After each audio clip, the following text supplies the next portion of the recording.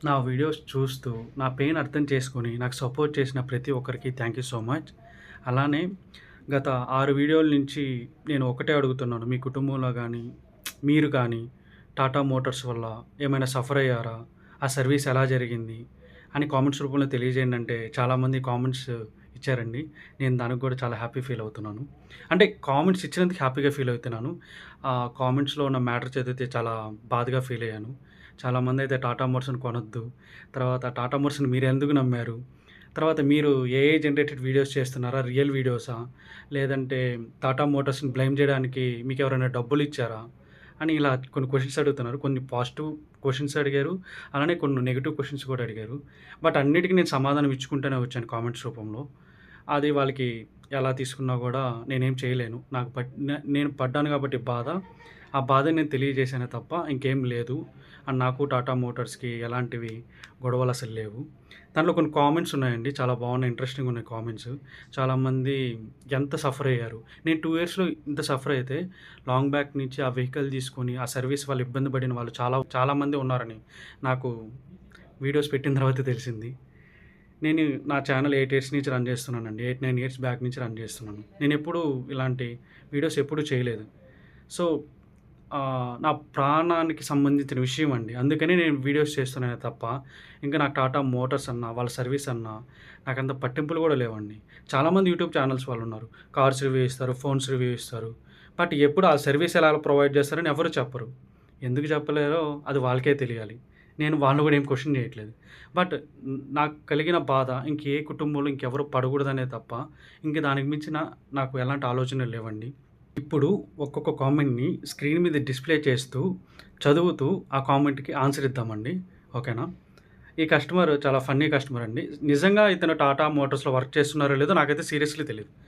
అంటే నేను ఎవరికి ఫోన్ చేసి కూడా, "అరేయ్! నువ్వు ఇలా కామెంట్ పెట్టు నేను ఇలా ఇస్తానని" కూడా అలా నేను చేయలేదండి. ఇలాంటి బ్లేమ్స్ కూడా నా మీద వేయొద్దు. ఓకేనా? మీకు ఇంట్రెస్ట్ ఉంటే నమ్మండి. ఇంట్రెస్ట్ లేకపోతే లేదు. ఇంట్రెస్ట్ ఉంటేనే నమ్ముతానంటే, నాకు జరిగిన సిట్యుయేషన్ మీ కుటుంబంలో జరిగితే మీరెలా ఫీల్ అవుతారు అనేది ఒకసారి ఆలోచించుకోండి. చాలా వర్స్ట్ కామెంట్స్ కూడా చాలామంది ఇస్తున్నారు.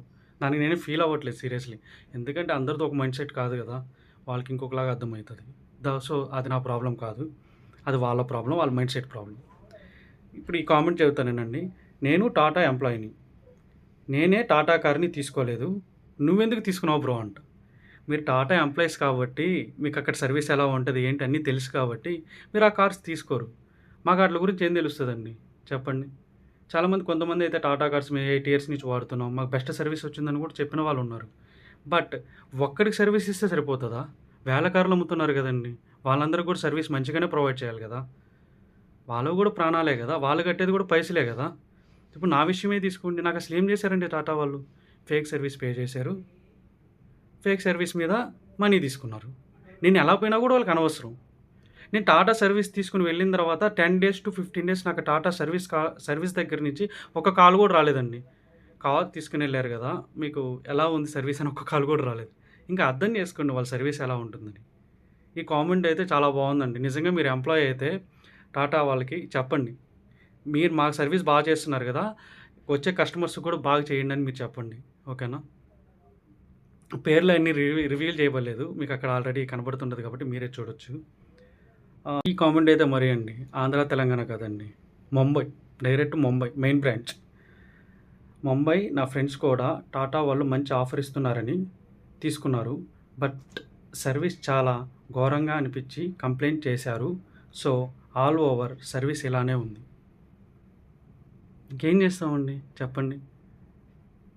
అసలు ఇలా అయితే ఎలాగండి సర్వీస్ ప్రొవైడ్ చేయడం? బెస్ట్ ఆఫర్స్ ఇచ్చేసి కారు ఇప్పీయడం కాదండి. మీకు మార్కెట్ పెరగాలంటే సేల్స్ లాగానే మాట్లాడతారు. సర్వీస్ మార్కెట్ కూడా బాగుండాలి కదండీ! సర్వీస్ మంచిగా ఇవ్వడం నేర్చుకోండి. సర్వీస్ లేకపోతే అసలు కార్ అసలు ఎంత దూరమని పరిగెడతదండి. ఒక పర్సన్ అయితే నెల్లూరు నుంచి నాకు డైరెక్ట్‌లీ కాల్ చేసి, "భయ్యా నేను కార్ ఇచ్చాను, సర్వీస్ చేశాను, ఇంజిన్ ఆయిల్ మార్చలేదు. 5, 6 సర్వీస్‌కి కూడా ఇంజిన్ ఆయిల్ మార్చలేదంట." ఏం చేస్తున్నారండి టాటా వాళ్ళు? పైసలు ఇచ్చేది అందుకు కదండీ! సర్వీస్ కోసమే పైసలు ఇచ్చేది మేము.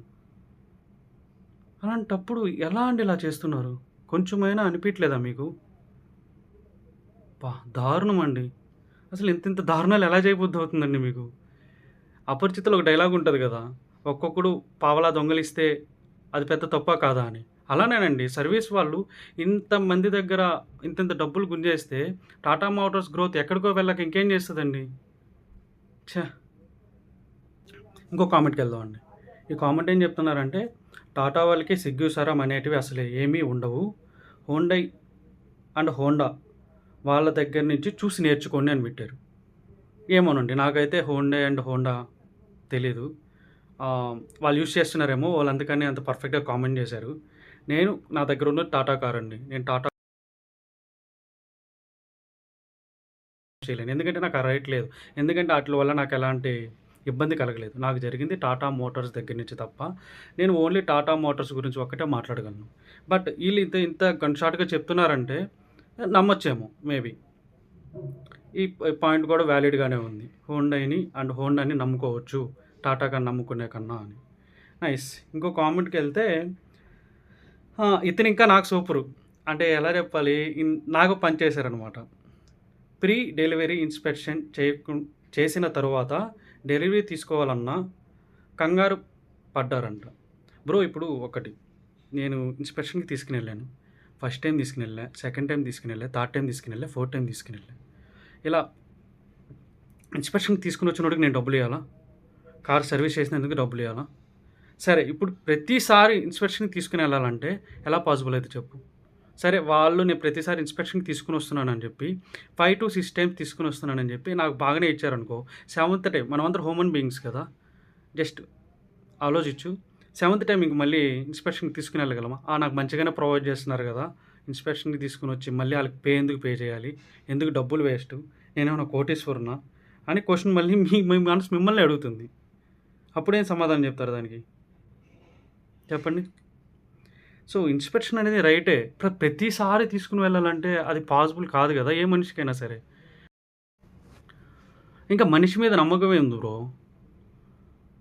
రత్నతాత అంత గొప్పవాడయ్యాడంటే, ఆ స్థాయికెళ్ళాడంటే, ఎవరిని నమ్మకుండా, ఎవ్వడికి హామీలు ఇవ్వకుండా, ఆ హామీలు నిలబెట్టుకోకుండా అంత గొప్ప వ్యక్తి అయ్యారనుకుంటున్నారా మీరు?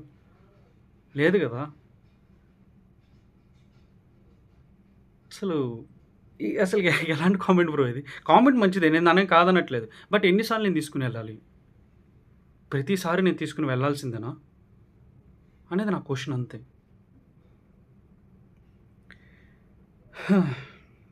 నేను కూడా చాలామంది మీలాంటి టాటా ఓనర్స్ రివ్యూ విన్నాకే నేను మహేంద్ర BE6 కొనుక్కున్నాను భయ్యా. అసలు ఇక్కడ నుండి వచ్చి బిజినెస్ చేస్తున్నారు. సుజుకి వాళ్ళు. ఇస్తున్నారు మంచి సర్వీస్. కానీ లోకల్ టాటా వాళ్ళు లోకల్ మేడ్ అయినా టాటా నుంచి ఎందుకు ఇవ్వలేకపోతుంది? వ్యాలిడే గదా! ఎక్కడెక్కడి నుంచో వచ్చి కార్స్ బిల్డ్ చేసుకొని సర్వీస్ మంచిగా ఇస్తూ హ్యాపీగా ఉన్నారండి. ఆళ్ళంతా బిజినెస్ చేసుకుంటే ఇండియాలో. ఇండియాలో టాటా లోకల్ డాన్ అసలు. ఎలా ఉండాలి? ఎలా ఉండాలి సామ్రాజ్యం? ఎలా ఉండాలి సర్వీసెస్? ఆళ్ళకన్నా మనమే తోపు అని ఎలాగుండాలి? అసలు ఏముందండి? ఇది వ్యాలిడే గదా! తను అడిగింది చాలా వ్యాలిడ్. అసలు కామెంట్స్ మంచిగున్నాయండి. చాలా బాగున్నాయి. కామెంట్స్ అయితే సీరియస్‌గా చదువుతుంటే నాకు చాలా బాగా అనిపించింది. నేను ఇంకా కామెంట్స్ పైనే తీయాలనుకుంటున్నాను. అసలు కొంతమందయితే 6, 7 మంత్స్ కూడా టాటా షోరూమ్‌లోనే వాళ్ళు కారు పెట్టేశారంట. అయినా ఆళ్ళకి రిజల్ట్ కూడా లేదంట అసలు. దండం పెట్టాలండి బాబు టాటా వాళ్ళకి. అసలు నాలాగా ఎంతమంది కుమిలిపోయారు అనేది నా కామెంట్ సెక్షన్‌లోకెళ్ళి ఒక్క కామెంట్ చదువుతుంటే బాధేస్తుందండి. నేను వాళ్ళకి సరిగ్గా రిప్లై ఇవ్వలేక జస్ట్ ఎమిజో పెట్టేస్తున్నా అంతే. మీలో ఎంతమంది నా ఫుల్ లెంత్ వీడియో చూస్తున్నారో, లేకపోతే నా పెయిన్ అర్థం చేసుకుంటున్నారో నాకు సీరియస్‌లీ తెలీదండి. బట్ ఈ భయ్యా మాత్రం ఫుల్ లెంత్ వీడియో చూసాడు. దాని తర్వాతే నాకు ఈ కామెంట్ చేశాడు. నాకు చాలా అంటే చాలా హార్ట్ టచింగ్ అనిపించింది. ఎందుకంటే ఈ పాయింట్ నేను వ్యాలిడ్ పాయింట్. ఈ పాయింట్ నేను టాటా సర్వీస్ శివశంకర్ టాటా మోటార్స్ వాళ్ళని కూడా అడగడం జరిగింది. వాళ్ళు నాకు అసలు ఆన్సర్ ఏమి ఇవ్వలేదు. దాని తర్వాత అసలు నా దగ్గర గెట్ బ్యాక్ కూడా అవ్వలేదు. ఏ స్పందన లేకుండా కామ్‌గా కూర్చున్నారు అంతే. ఎలాంటి సర్వీస్ ప్రొవైడ్ చేయకుండా. బట్ ఈ పాయింట్ చాలా బాగుందండి. చదువుతాను వినండి. అన్న మీరు అన్నీ బాగానే చెప్పారు. మెయిన్ పాయింట్ మిస్ అయితున్నారు. డీజిల్ లీక్ అవుతుందన్నారు. ఇఫ్ అది చిన్న స్పార్క్ వచ్చి ఫైర్ అలా అయ్యుంటే అట్లీస్ట్ మీరు ఈ ప్రాబ్లమ్స్‌ని, ఫోటోస్‌ని చూపించడానికి ఏం ఉండేవి కాదు. Thank you for reviewing brother. కరెక్టే కదా! ఆ ఫ్యూయల్ బయటకొచ్చేసింది. నేను స్పార్క్ అయ్యి ఉంటాను. చనిపోయి ఉంటాను. అప్పుడు మాది విలేజ్ కాబట్టి అందరూ ఏమనుకుంటారు, అరే! ఈడు ఫాస్ట్‌గా పోయి ఉంటాడు. ఈడిదే తప్పు అని అనుకోనుంటారు. నేను టాటా సర్వీస్‌కి వెళ్ళిన సంగతి ఎవరికీ తెలీదు. ఆళ్ళు సర్వీస్ మంచిగా చేశారా, చేయలేదా ఎవరికీ తెలీదు. మధ్యలో లీకేజ్ అయిపోయింది. అంతా జరిగిపోయింది. ఫేక్ సర్వీస్ చేసేసారు. ఇప్పుడు నాకేదైనా జరుగుండుంటే ఈ వీడియో గూడా మీ దగ్గరకొచ్చుండేది కూడా కాదు. ఆళ్ళెంత వరస్ట్ అని నేను ప్రూవ్ చేసేవాడిని కూడా కాదు. సీరియస్‌లీ. ఒక టెక్నీషియన్ వచ్చాడండి. టెక్నీషియన్ భయ్యా వచ్చేసి, "భయ్యా ఇట్టా డీజిల్ లీక్ అయింది గదా! నాకేదైనా జరుగునుంటే ఏంటి భయ్యా" అని అడిగితే, అబ్బాయి ఇచ్చిన ఆన్సర్ ఏందో తెలుసా? "సార్ పెట్రోల్ ఫాస్ట్‌గా అయితది. డీజిల్ కొంచెం లేట్‌గా స్పార్క్ అయితది సార్" అని. నేను అడిగిన క్వెషనే స్పార్క్ అయింటే ఏంట్రా బాబు అని అడిగితే, డీజిల్‌కి, పెట్రోల్‌కి తేడాలు చెప్తున్నాడండి నాకు. మనిషి చచ్చిపోతావురా బాబు అంటే, చావలేదు కదరా నువ్వు బతికే ఉన్నావు కదరా అంటే, దానికి ఇంకెవ్వడు ఆన్సర్ చేయలేడండి. నేనే గాదు. ఆ దేవుడు గూడా ఆన్సర్ జేయలేడు. నాకు చాలా మాక్సిమం కామెంట్స్ ఇవే వచ్చాయండి. 20-30 కామెంట్స్ వచ్చాయి. ఏంటంటే, "మేము కారు ప్లాన్ జేసుకోవాలనుకున్నాం. మీ వీడియో చూసాము. టాటా ఇంత వరస్ట్ అని చాలామంది చెప్తుంటే వినలేదు. సో, ఇప్పుడు మీ వీడియోతో మాకు కొంచెం క్లారిటీ వచ్చింది. టాటా వద్దనుకుంటున్నాము. ఇంకా సంథింగ్‌కి వెళ్ళిపోతాము" అని ఇలానే చెప్పుకుంటూ వచ్చారు. చాలా అంటే చాలా. అంటే నాకు 20-30 వచ్చాయి కామెంట్స్ అయితే లిటరల్లీ. సో, చూడండి నేనొక్కడినే కాదండి. నాలాగా టాటాతో సఫర్ అయిన వాళ్ళు చాలామందున్నారు. అది టాటా సర్వీస్ వాళ్ళకి ఎందుకు అర్థం కావట్లేదు నాకు తెలియట్లేదు. అండ్ కొంతమంది నెగెటివ్ కామెంట్స్ చేస్తున్నారు. భయ్యా మీకు ఎవరో చేపిస్తున్నారని. నాకెందుకు చేపిస్తారు భయ్యా? నేను కారు కొని 2 ఇయర్స్ అయింది. 2 ఇయర్స్‌లో నేను ఏ వీడియో కూడా చేయలేదు భయ్యా. ఒక మనిషి పెయిన్ అర్థం చేసుకోకుండా ప్రశ్నలు అడుగుతారేంటండి? ప్రశ్నలు అడిగేటివైనా సరే మంచి ప్రశ్నలు అడగండి. ఆటిలకి ఆన్సర్ ఇస్తాను. ఏఐ జనరేటర్ అంటాడు కొంతమంది. టాటా వాళ్ళని బ్లేమ్ చేయడానికి మీకెవరో డబ్బులిచ్చారంటారు. ఏంటండి? మీరు అడుగుతున్నారు గదా!